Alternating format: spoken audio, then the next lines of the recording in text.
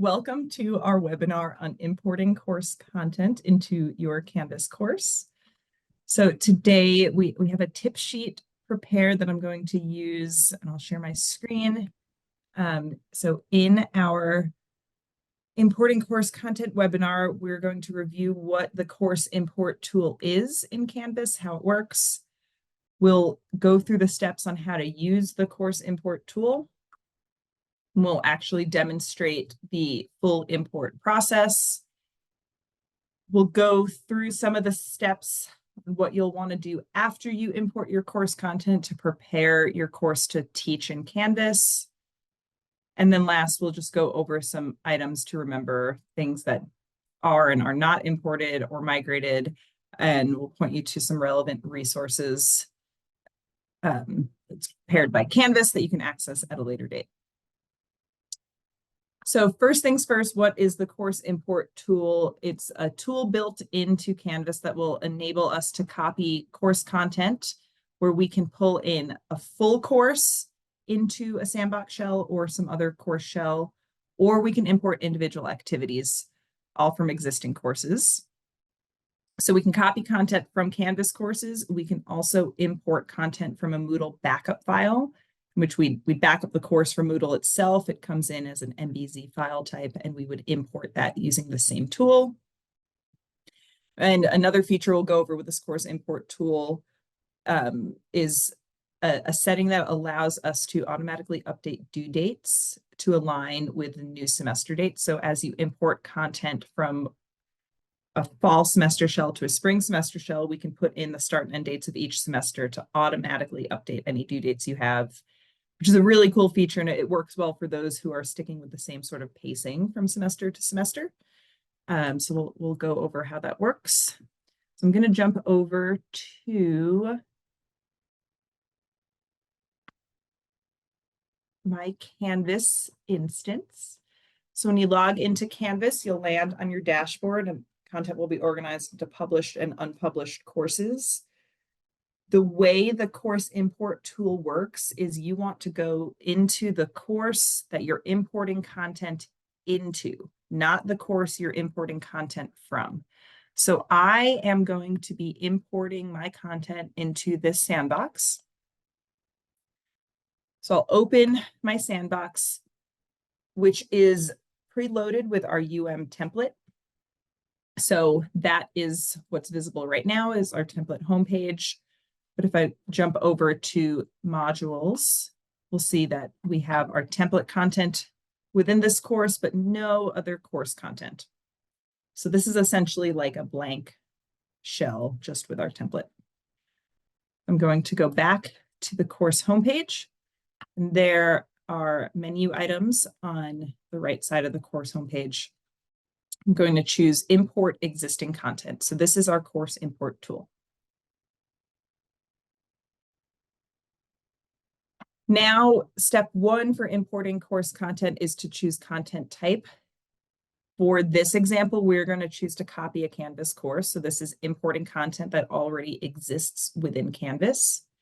If you are importing from a Moodle backup, you would choose Moodle 1.9/2.x as your content type.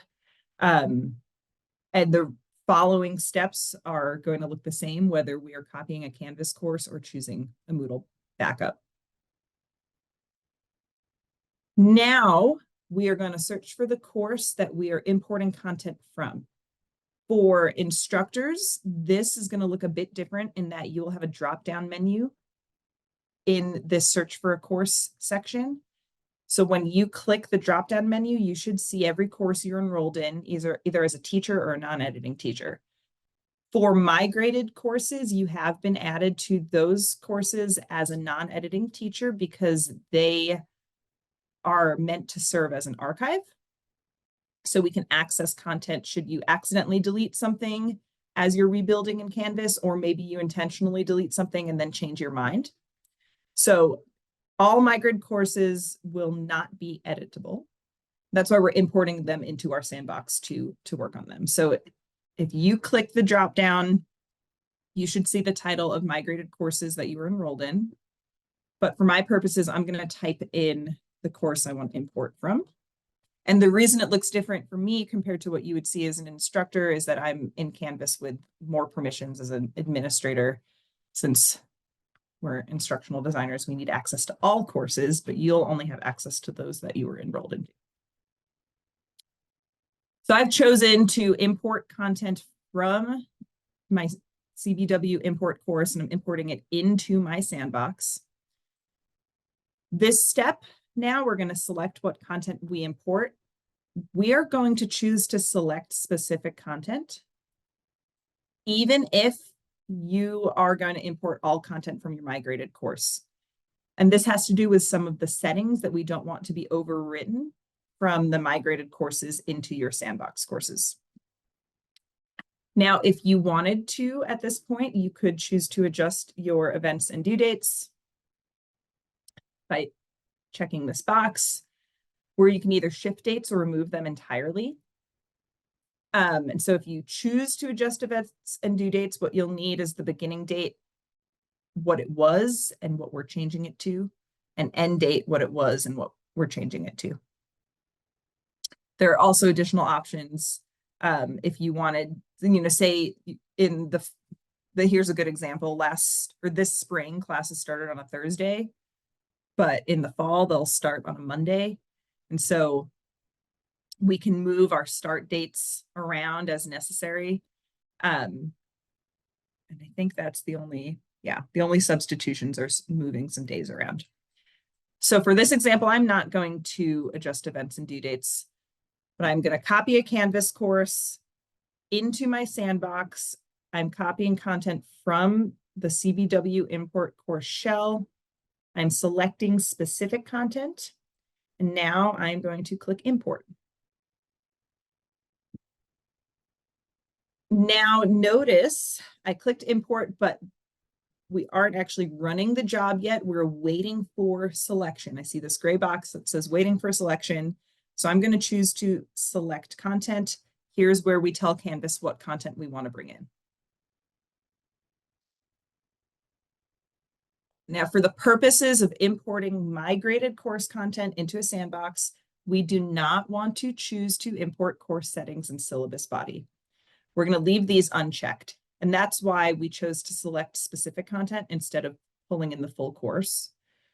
So I'll leave these unchecked, but I do want all of the actual teaching content from my course. So I'm going to select the checkboxes for each of these components, which essentially is now pulling in my full course separate from course settings and syllabus body. If you only wanted to pull in individual modules or assignments, you can click the arrow to expand. Let's say I only wanted the course intro and week 1.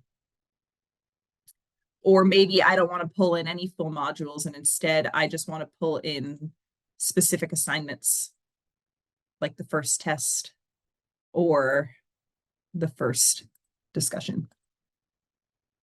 So you can customize what you're importing using this tool, and you'll use this tool in the future. Again, if you just wanted to move content from course to course, you don't always have to import the full course. But I'll select all of my course content, and I'm not going to select course settings and syllabus body. Now that I'm happy with my selections, I will finalize by clicking select content. Notice that the current job, my CBW import course copy, is now running. At first it said queued, so it's just things were getting geared up, ready to go. And I see the progress bar. The import process tends to go relatively quickly. It will depend on how much content's within your course. If you have video files uploaded into your course, those are fairly large file sizes, so you could expect the import to go a bit more slowly when you have a lot of files uploaded into your course. The length of the import process will also depend on your internet connectivity. So for the most part, we should expect this to take just a few minutes at most. So the course copy is now changed to completed. And remember that we imported content into the sandbox shell. So that means when I click into my course now, I should expect to see all of the content I just imported. I'm going to jump back to the home page, which is going to look the same because this homepage is part of our template. We did not have this template in Moodle, so you could not import content into this section necessarily. So you'll go through and fill in whatever information you need into the template, just paying attention to the instructor notes that are highlighted in yellow. Those are the areas that you'll want to update, and remove the instructor notes. So you'll want to delete those so the students don't see them, but we wanted a good visual cue to help you identify where you are going to be adding content to the template. I'm going to go into modules now.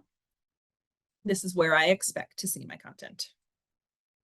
The top of your sandbox, you're going to see again the content from our template that is unpublished.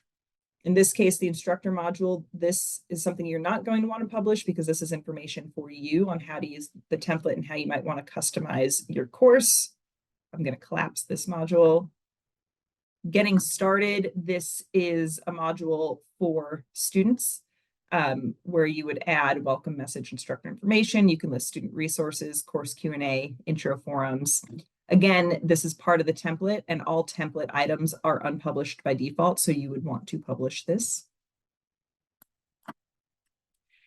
And then this module 1 is our template module that you are welcome to use if you wanted to pull out different design elements or different ways to organize your content. This is here for you to realign your imported content with. If you wanted to use this module template, you would click the 3-dot menu in the module title, and you can duplicate this and add content to it as you wish. So I'm going to collapse this, and below this module is our imported content that came in as published. So the module itself is published, and all of the content within it is published. And I know that because I can see the green check marks next to each item. If there were any pieces you wanted to unpublish, you could do it. You could unpublish the entire module and all items. You can unpublish the module itself. So there are some options for you here, but imported content should come in as published.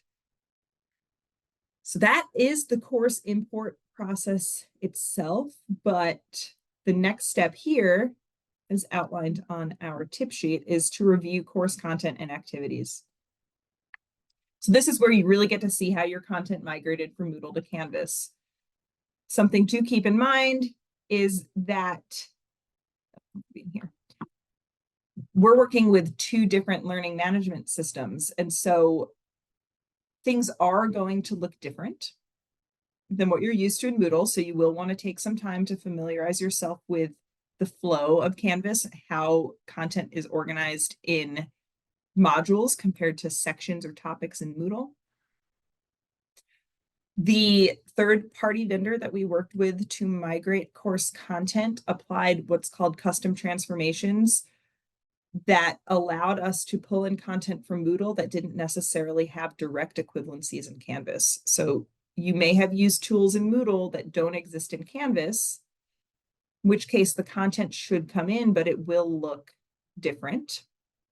And so you might have to reorganize where it lives in the course, or in which module it's found in which order students progress through the content. You may notice that the way you've chosen to title certain content pieces or activities is not as clear when these are displayed in module view as they were in Moodle. So you may want to rename certain pieces of your course to make it work better in this module organization. And you may just want to move certain things around or change the order of things. What I think, I mean, this is a simple feature, but a really cool feature in Canvas is how easy it is to move things around by simply dragging and dropping. So you can move entire modules. You can move content within modules in whichever order you want. So after you import your course, you're going to want to scroll through your course to familiarize yourself with the new layout and determine if the way you chose to organize in Moodle in sections is going to work in modules, or if you need to reorganize certain things. You may want to open your course in Moodle so you can have a side-by-side comparison. You will have access to Moodle for the time being, and so this can be really helpful just to help you better visualize what has changed and what you may want to update. If your Moodle course is not visible, that means it was likely put on hold or archived after the end of whatever semester it was last taught. You can request access to a previous Moodle course. We can make it visible for you if needed. Now, one of the bigger differences between Canvas and Moodle is how we set up our gradebook.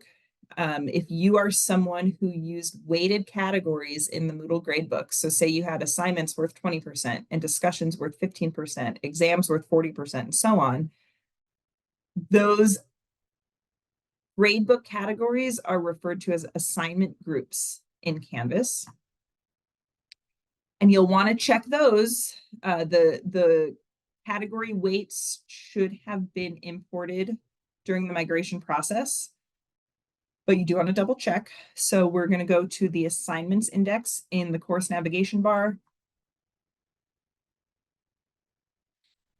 and check to see what came in. We have some duplicates of blank categories. This just has to do with our template and import process that we've been using this shell for demonstration purposes. But we see here that the course I imported from the CBW import course, when we look at the assignment groups there, we do have an assignment category that's worth 0%, tests worth 45%, journals 35%, discussions 20%. And in my imported course, I see those same assignment group categories, 45%, 35%, 20%. And again, some of these other 0% categories are leftovers or remnants from previous demonstrations. But what I see here is that the important pieces came in during my course import. If you are checking your assignment groups and you don't see percentages listed, you may have to first enable that setting by clicking the three-dot menu in the assignment index, choosing the assignment groups weight option, and making sure that this checkbox is selected. This is where you can adjust your assignment weights if needed.